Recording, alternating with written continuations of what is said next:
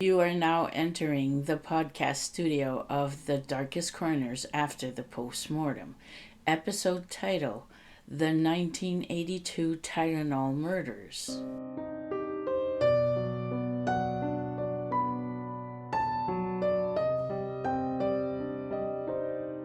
Welcome to The Darkest Corners After the Postmortem, the podcast that dives into the lives of some of the most fascinating, dangerous, and misunderstood outlaws in history. I'm your host, Sandra Pink, and today we're exploring the 1982 Tylenol murders, better known as a series of tragic and mysterious deaths after taking Tylenol capsules.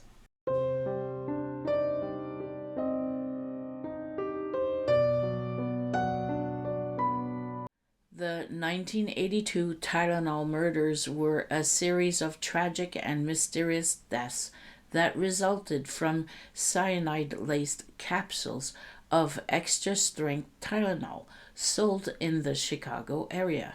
This case is considered one of the most infamous product tampering incident in U.S. history and had far-reaching consequences on customer safety and product packaging.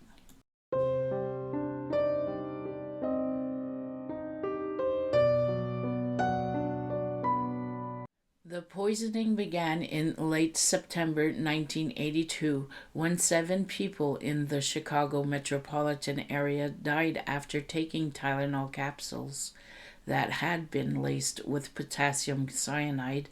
The victims ranges in age from 12 to 35, including a young girl named Mary Kellerman and several members of the Juan's family.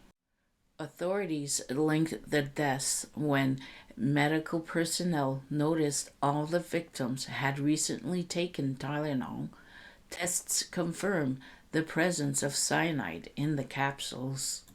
It was determined that the tampering did not occur during the manufacturing, but rather at the retail level. Someone had removed Tylenol bottles from store shelves, laced the capsules with cyanide, and returned them to the stores.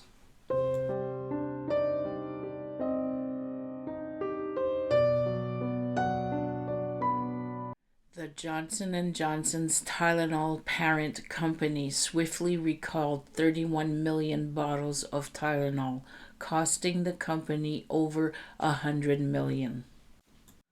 The incident led to widespread adoption of tamper-evident packaging in the pharmaceutical and food industries. Laws were also passed to make product tampering a federal crime.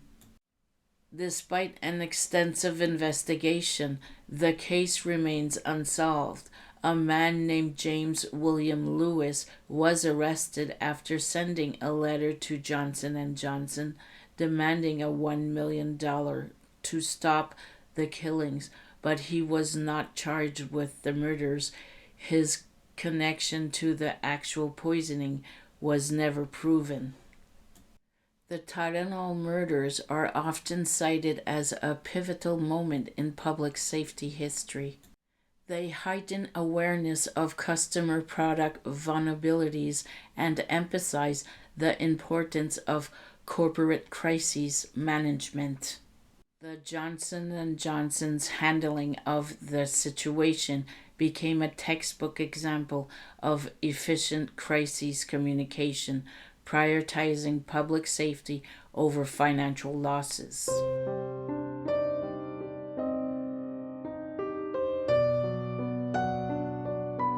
Here's more about the victims.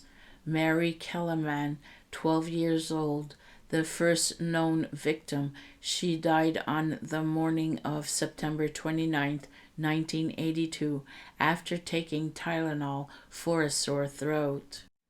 Adam Juans, 27 years old, collapsed and died on September 29th after taking Tylenol for chest pain. His brother Stanley Juans, 25 years old, and Stanley's wife Teresa Juans, 20 years old, also died later that day after consuming Tylenol from Adam's bottle while mourning his death.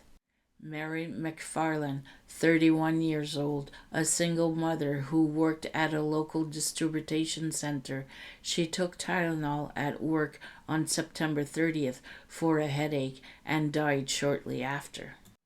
Paula Prince, 35 years old, a flight attendant who was found dead in her apartment on October 1st. A bottle of cyanide-laced Tylenol was discovered in her home, and a surveillance photo from a Walgreens store showed her purchasing the contaminated product. Mary Reiner, 27 years old, a mother of four who had recently given birth. She took Tylenol at home on September 29th and died soon after. The poisoning substance used potassium cyanide, a highly toxic chemical.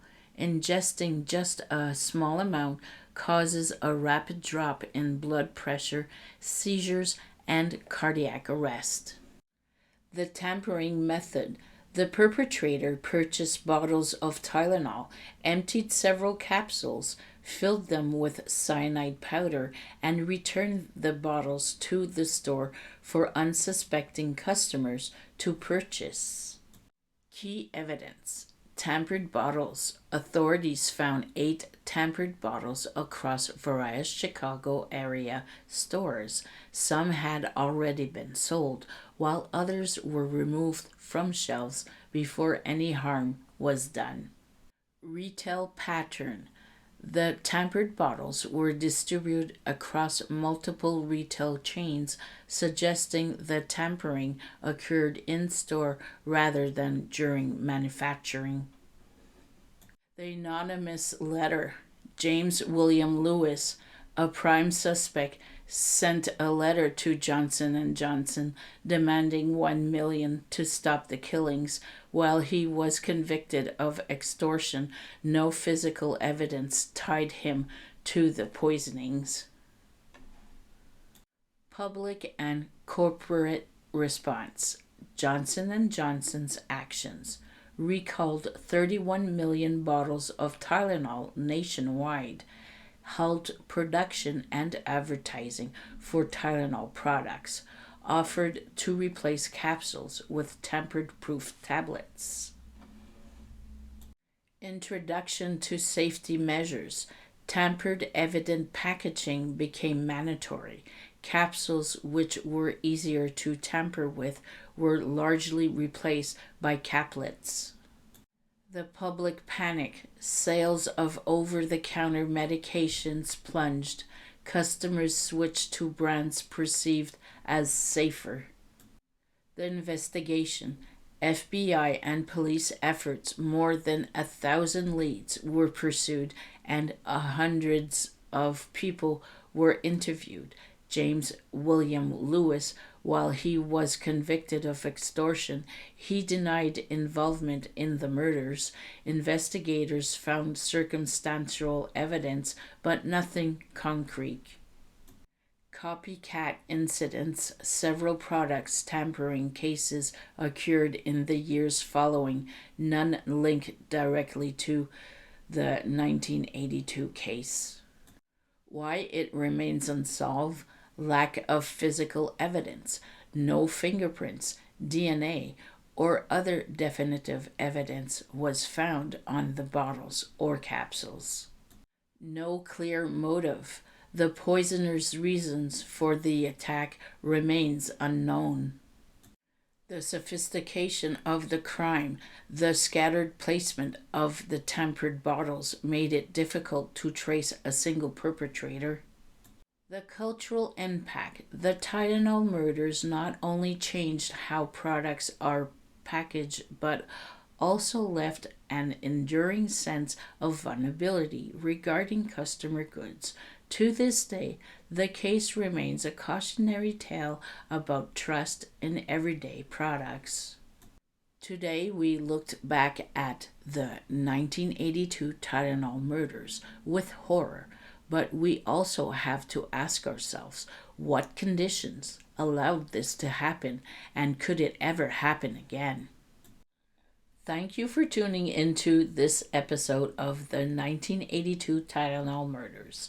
If you enjoyed this episode, don't forget to subscribe, leave a review, and join me next time as we explore the lives of more extraordinary outlaws here at the podcast studio of The Darkest Corners after the postmortem. Until next time, remember, the darkest stories are often hidden just beneath the surface.